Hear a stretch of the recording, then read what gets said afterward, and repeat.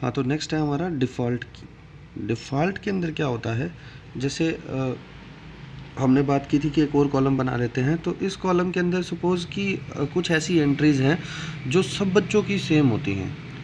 तो बजाय उसको बार बार एंटर करवाने के हम क्या करते हैं कि उसको बाय डिफ़ॉल्ट सेट कर देते हैं। जैसे सभी बच्चों का स्कूल का नाम है, ठीक है। स्कूल का नाम सबका हम मान लेते हैं कि GSSS बालासर है, GSSS बालासर। तो ये सभी बच्चों का कॉमन रहेगा। तो बार बार इसको एंटर करवाने के बजाय हम इसको डिफ़ॉल्ट डाल देते हैं, तो ये अपने आप ही जो है स्कूल का नाम GSSS बालासर सेट कर देगा, ठीक है। मतलब बाय डिफ़ॉल्ट सेट कर देगा, by default value, by default value. इसका मतलब है कि अगर देखो इसमें क्या होता है कि या तो बच्चा वैल्यू डाल दे, अगर वो नहीं डालता है ना, तो ये रूल क्या करता है, बाय डिफ़ॉल्ट इसके अंदर वैल्यू जो है वो GSSS वाला सर अपने आप डाल देगा, ठीक है। तो इसको बोलते हैं बाय डिफ़ॉल्ट वैल्यू। फिर इसके बाद में फिफ्थ जो है हमारा वो है चेक। चेक के अंदर क्या होता है, चेक कंस्ट्रेंट होता है कि एक कंडीशन के ऊपर डिपेंड करता है कि अगर वो कंडीशन फुलफ़िल होगी तो ही डाटा एंटर होगा। कंडीशन जो है अगर वो क्लियर हो जाएगी देन तब जो होगा डाटा एंटर होगा।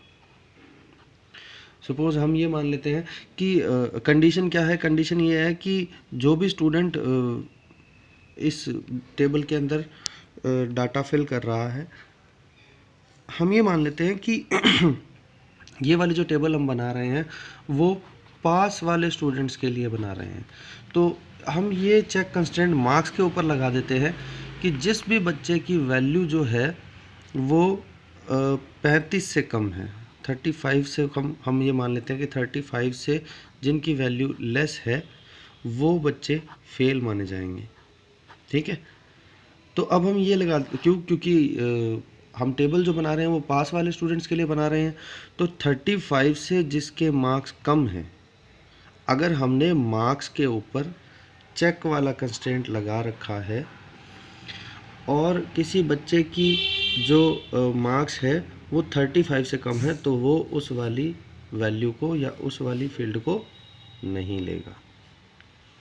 सपोज़ इस बच्चे के मार्क्स मान लो 30 हैं और इसका नाम राजन है, इसके पिता का नाम शिव है, इसका रोल नंबर 6 है, इसके पास सब्जेक्ट IT है और इसके 30 मार्क्स हैं।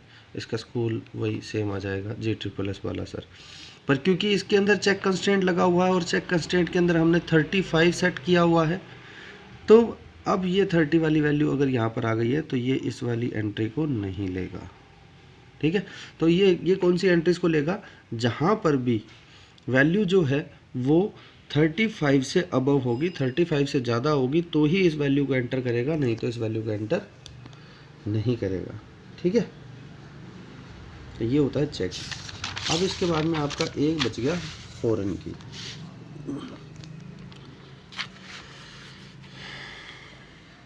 देखो अच्छा डाटाबेस क्या होता है, सबसे पहली बात तो ये गुड डाटा। फॉरेन की को बताने से पहले एक कंसेप्ट बता देता हूँ, एक चीज़ ये ज़रूरी है, गुड डाटाबेस। अच्छा डाटाबेस क्या होता है, जिसके अंदर हमारी जो डाटाबेस की टर्म है वो कहती है कि लो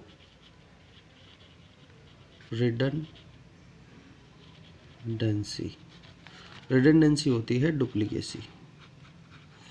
देखो ऐसा तो कोई भी डाटा नहीं होता जिसके अंदर डुप्लीकेट वैल्यू ना हो, ठीक है, संभव ही नहीं है ऐसा।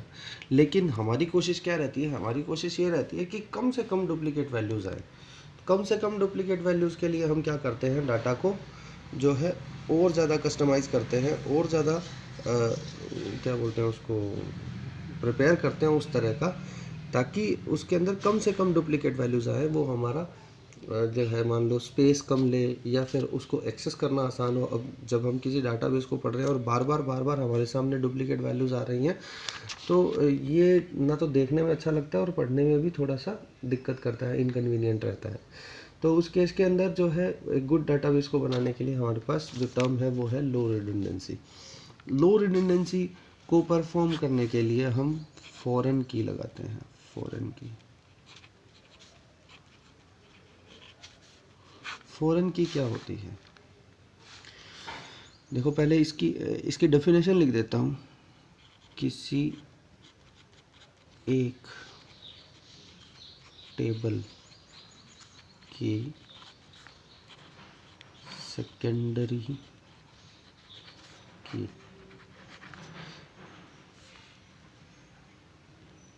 किसी दूसरी टेबल की प्राइमरी की होती जब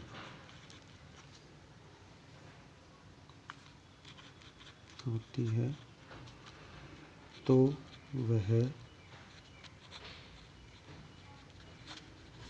फॉरेन की कहलाती है। किसी एक टेबल की सेकेंडरी की, जब किसी एक टेबल की सेकेंडरी की किसी दूसरी टेबल की प्राइमरी की होती है। तो मैं समझाता हूँ, पहले इस डेफिनेशन को आप नोट कर लेना, ठीक है। अब पहली चीज़ तो सेकेंडरी की क्या है। देखो हमने जिस भी कॉलम को प्राइमरी की बोल दिया, जैसे हमने रोल नंबर को प्राइमरी की बोल दिया, प्राइमरी और सेकेंडरी दो चीज़ें होती हैं। प्राइमरी की को छोड़कर उस टेबल की कोई भी कॉलम, जितने भी कॉलम हैं 2, 5, 7, 10, 20, 50 जितने भी कॉलम हैं, सिर्फ प्राइमरी की को छोड़कर बाकी जितने भी कॉलम बच गए हैं वो सारे के सारे क्या कहलाते हैं? सेकेंडरी की कहलाते हैं। फिर से रिपीट कर रहा हूँ, किसी भी टेबल के अंदर प्राइमरी की को छोड़कर बाकी जितने भी कॉलम बच जाते हैं वो सारे के सारे सेकेंडरी की कहलाते हैं, ठीक है। तो अब इस बात का क्या मतलब है कि फॉरेन की जो होती है, मतलब किसी भी एक टेबल की, इसमें क्या है, हमने डाटा को दो टेबल्स के अंदर सेव किया है, ठीक है। और दो टेबल्स में सेव करने के लिए मतलब किसी एक सेकेंडरी की को हमें दूसरे की प्राइमरी की बनाना है। वो क्या है कंसेप्ट, वो दिखाता हूँ आपको। मैं एक टेबल ड्रॉ करता हूँ पहले। ये देखो, फॉरेन के लिए हमने क्या किया, दो टेबल्स बना ली हैं हमने। अब मैं इसके अंदर डिफाइन करता हूँ। जैसे ये देखो कि पहला जो है हमारा रोल नंबर, जिसको हमने एज प्राइमरी की जो है रूल लगाया, इसके ऊपर प्राइमरी की डिक्लेयर किया है। अब प्राइमरी की को छोड़कर बाकी जितने भी कॉलम बच गए हैं वो सारे के सारे सेकेंडरी की हैं, ठीक है। तो अब इसमें से हम ये देखते हैं कि कौन सा ऐसा कॉलम है जिसे हम फॉरेन की बना सकते हैं, ठीक है। तो अब देखो पहली बात तो ये कि इसके अंदर डुप्लीकेट वैल्यूज़ कहाँ आ रही हैं। एक तो एक बच्चे, ये क्या है, ये वो डिटेल है। तो अब जैसे ये सब्जेक्ट कोड है, अब ऐसा हो सकता है कि क्लास के अंदर दो लोगों के सब्जेक्ट सेम हो सकते हैं। हम ये मान लेते हैं कि ऑप्शनल सब्जेक्ट्स की डिटेल है ये, ठीक है। तो अब जैसे इसके अंदर सेकेंडरी की है, सेकेंडरी की के अंदर हमारे पास जो सब्जेक्ट कोड है, सब्जेक्ट कोड के अंदर जैसे मान लो अब एक बार यहाँ पर आ गया M01, एक बार यहाँ पर आ गया। ये तो चलो हमारे पास सिर्फ 6 एंट्रीज़ है। ऐसे मान लो, अगर मान लो हमारे पास 100 बच्चों का रिकॉर्ड है और उसके अंदर मैथ वाला जो सब्जेक्ट है वो 100 में से 60 बच्चों के पास है, तो 60 जगह M01 M01 M01 लिखा जाएगा, ठीक है। और उसी तरह से अगर इसी टेबल के अंदर हम सब्जेक्ट का नाम भी डाल देते हैं, ठीक है, तो अब उन 60 की 60 जगह इनके नाम के आगे सब्जेक्ट का नाम मैथ्स भी लिखा जाता। तो जैसे कि M01 यहाँ पर 60 टाइम्स आ गया। अगर जैसे मैंने बोला कि इसी टेबल के अंदर अगर सब्जेक्ट का नाम भी होता, जैसे नेम ऑफ सब्जेक्ट हो जाता है यहाँ पर, तो इन सब के सामने मैथमेटिक्स लिखा जाता है ना। तो ये क्या, हमने क्या बात की कि लो रिडंडेंसी होनी चाहिए, कम से कम जितना हो सके, जितना संभव हो सके उसके अंदर हम कम से कम डुप्लीकेट वैल्यूज़ को लेकर आएँ। तो बजाय उसके हमें, मतलब कि हम यहाँ पर इस टेबल के अंदर सब्जेक्ट का नाम लिखे, हम क्या करते हैं, एक और टेबल बना लेते हैं और उसके अंदर सब्जेक्ट के नाम मेंशन कर देते हैं। तो अब ये टेबल क्या कहेगी, ये टेबल कहती है कि सब्जेक्ट कोड M01 के अंदर 65 मार्क्स हैं, ठीक है। अब अगर कोई इस M01 का सब्जेक्ट नेम देखना चाहता है तो वो इस वाली टेबल के अंदर, जो दूसरी टेबल है हमारी सब्जेक्ट नाम से, जिसके अंदर हमने सब्जेक्ट कोड, अब देखो इसके अंदर एक भी वैल्यू ऐसी नहीं है जो डुप्लीकेट आ रही है। M01, I01, H01, A01, है ना। तो एक भी वैल्यू जो है वो डुप्लीकेट नहीं है। तो अब जब डुप्लीकेट वैल्यू नहीं है तो हम इसको प्राइमरी की बना सकते हैं, है ना। तो इसको हम अब प्राइमरी की बोल सकते हैं।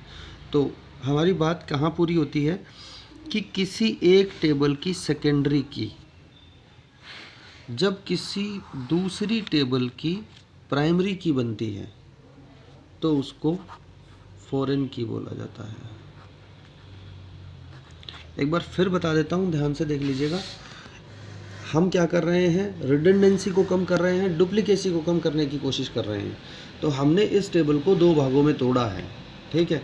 हम ये काम यहाँ पर भी कर सकते थे, हम ये सब्जेक्ट के नाम यहाँ पर भी लिख सकते थे, पर क्योंकि लो रिडंडेंसी चाहिए, हमें कम से कम डुप्लीकेट वैल्यू चाहिए, हमारी कोशिश यही है कि एक गुड डेटाबेस बनाना है। उस गुड डेटाबेस को बनाने के लिए इस तरह की जो वैल्यूज़ हैं इनको हम कम कर सकें, जितना हो सके उतना कम कर सकें, ठीक है। तो उसके लिए हम क्या करेंगे कि किसी भी टेबल की सेकेंडरी की, अब सब्जेक्ट कोड है इसके अंदर तो डुप्लीकेट वैल्यूज़ आ रही हैं, लेकिन इसके साथ जब नाम भी लिखेंगे तो वो और बढ़ जाएंगे। तो बजाय उनको बढ़ाने के हम क्या करते हैं, एक टेबल जो मेन टेबल है उसके अंदर सिर्फ सब्जेक्ट कोड लिख देते हैं, और अगर उसका सब्जेक्ट नेम हमें चाहिए तो उसके अंदर हम जो है दूसरी टेबल में सब्जेक्ट कोड के नाम के सामने, सब्जेक्ट कोड के सामने उसका जो है सब्जेक्ट का नाम लिख देंगे। सब्जेक्ट कोड के सामने, हर एक कोड के सामने उसका नाम लिख दिया। तो अब अगर मान लो सीता का I01 के अंदर 65 मार्क्स हैं, तो हम दूसरी टेबल में जाकर देख सकते हैं कि I01 जो है वो किस सब्जेक्ट का नाम है, ठीक है। तो किसी एक टेबल की सेकेंडरी की जब किसी दूसरी टेबल की प्राइमरी की बनती है तब वह फॉरेन की कहलाती है, ठीक है। चलो आज के लिए इतना ही करते हैं। Thank you.